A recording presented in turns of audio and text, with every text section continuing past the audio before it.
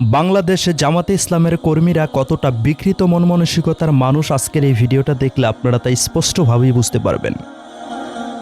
বাংলাদেশে জামাতে ইসলামের মনোনীত এমপি সাহেব সাতক্ষীরা ৪ আসনের গাজী নজরুল ইসলাম সাহেবের একটা ভিডিও ক্লিপ ভাইরাল হয়েছিল।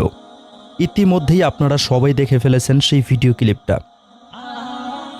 হোটেলের সেই দৃশ্যটার একটা স্ক্রিনশট নিয়ে এআই দিয়ে এডিট করে গাজী নজরুল ইসলাম সাহেবকে সরিয়ে দিয়ে শায়েকে চরমোনাইকে সেখানে বসিয়ে দিয়েছে। পুরো বাংলাদেশের সমস্ত মানুষই কিন্তু কম বেশি সেই ভিডিও ক্লিপটা দেখে ফেলেছে। মানুষের কাছে উন্মেচলন হয়ে গিয়েছে বাংলাদেশে জামাতে ইসলামের চরিত্র।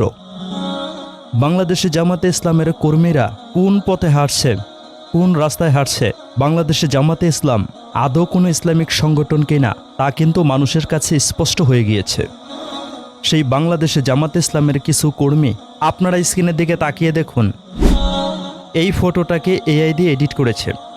তারা বলার চেষ্টা করেছে, বোঝানোর চেষ্টা করেছে গাজী নজরুল ইসলাম সাহেবের সেই ঘটনা আদৌ সত্য নয়।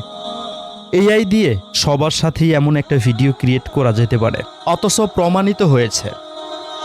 পুরো বাংলাদেশের মানুষ জেনে গিয়েছে অলরেডি তারা কেমন ইসলামিক সংগঠন।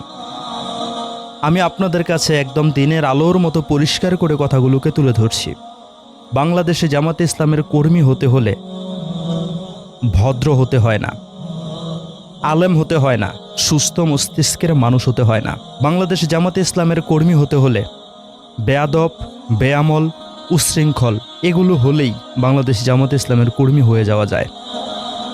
একবার চিন্তা ভাবনা করে দেখুন, যেখানে পুরো বাংলাদেশের মধ্যে বিষয়টা একদম স্পষ্ট হয়ে গিয়েছে গাজী নজরুল ইসলাম সাহেবের সাথে যেই ঘটনা ঘটেছে, যেটা একটা বাস্তব দৃশ্য বলে প্রমাণিত হয়েছে, ঘটনা বাস্তব হওয়ার কারণে বাংলাদেশে জামাতে ইসলামের পক্ষ হতেই বহিষ্কার করা হয়েছে।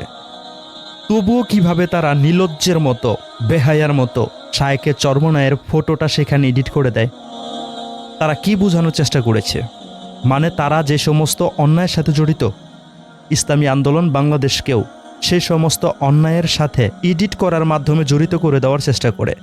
তারা যে বটবাহিনী, তারা যে মিথ্যাচার করার উস্তাদ, তাদের যে চক্ষু লজ্জা নাই, এই ফটোটা হচ্ছে তার প্রমাণ। যেই বিষয়টা পুরো বাংলাদেশের মানুষের কাছে স্পষ্ট, সেই বিষয়টাকে ঘিরে কিভাবে ইসলামী আন্দোলন বাংলাদেশের সিনিয়র নায়েবে আমির মুফতি ফয়জুল করিম হুজুর শায়েকে চরমোনাইয়ের সাথে এই ছবিটাকে এডিট করে বসিয়ে দেয়? এতে কি স্পষ্ট হচ্ছে না তারা মানুষের নামে যে সমস্ত বিষয়গুলোকে প্রচার করে বেশিরভাগ সবই ফলস, সবই মিথ্যা, আর তাদের নামে মানুষ যেগুলো প্রচার করে সেগুলো বেশিরভাগই সত্য?